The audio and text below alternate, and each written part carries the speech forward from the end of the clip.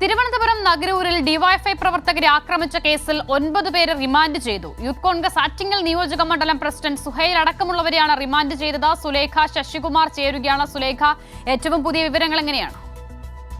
അസിത, അല്പസമയം മുൻപാണ് കേസിൽ ഉൾപ്പെട്ട 9 പേരെ നഗരൂർ പോലീസ് അറസ്റ്റ് ചെയ്ത് റിമാൻഡ് ചെയ്തത്.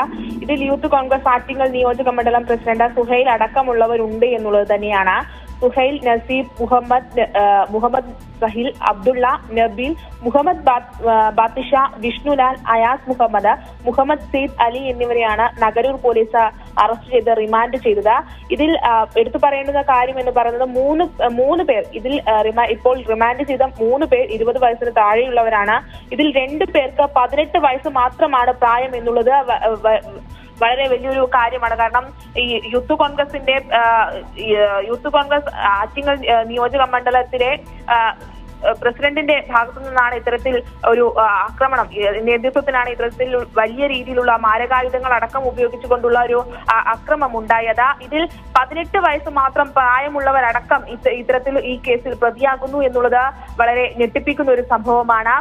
ഇന്നലെ വൈകിട്ടാണ് ഇത്തരത്തിൽ യൂത്ത് കോൺഗ്രസ് പ്രവർത്തകരുടെ നേതൃത്വത്തിൽ 30ഓളം വരുന്ന സംഘം ഈ ഡിവൈഎഫ്ഐ പ്രവർത്തകർക്ക് നേരെ അക്രമം നടത്തിയത്. ഇതിൽ 6ഓളം വരുന്ന ഡിവൈഎഫ്ഐ പ്രവർത്തകരുടെ ആരോഗ്യനില ഇപ്പോഴും ഗുരുതരമായി തുടരുകയാണ്. ഇതിൽ ഏറ്റവും കൂടുതൽ പരിക്കേറ്റിട്ടുള്ളത് അഫ്സൽ എന്ന് പറയുന്ന ഒരു ഡിവൈഎഫ്ഐ പ്രവർത്തകനാണ്.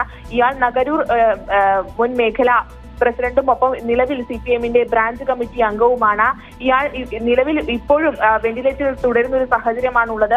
ഇയാളുടെ ആരോഗ്യസ്ഥിതിയിൽ അല്പമെങ്കിലും പുരോഗതി കൈവരിച്ചിട്ടുണ്ടെന്നാണ് ആശുപത്രി വൃത്തങ്ങളിൽ നിന്ന് നമുക്ക് ലഭിക്കുന്ന വിവരം.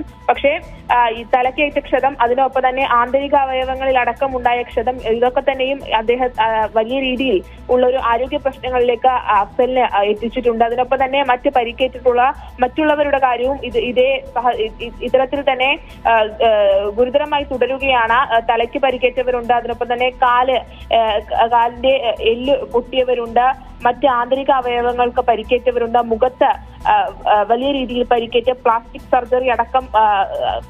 സർജറിയിലേക്ക് അടക്കം കടക്കേണ്ട ഒരു സാഹചര്യം മറ്റുള്ളവർക്കുണ്ട്. എന്തായാലും വലിയ രീതിയിലുള്ള പ്രതിഷേധം തന്നെയാണ് ഈ സംഭവത്തിൽ യൂത്ത് കോൺഗ്രസിന്റെ ഈ ഒരു അക്രമത്തിൽ സംസ്ഥാനത്തുടനീളം ഉണ്ടായിട്ടുള്ളത് എന്നുള്ളത് തന്നെയാണ്.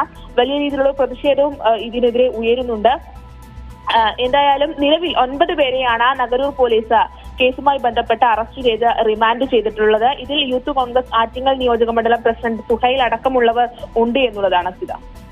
ശരി, യൂത്ത് കോൺഗ്രസ് മണ്ഡലം പ്രസിഡന്റിനെ അടക്കമാണ് ഇപ്പോൾ ഡിവൈഎഫ്ഐ പ്രവർത്തകരെ ആക്രമിച്ച സംഭവത്തിൽ റിമാൻഡ് ചെയ്തിരിക്കുന്നത്. സുലേഖ ശശികുമാർ വിവരങ്ങൾ നൽകിയത്.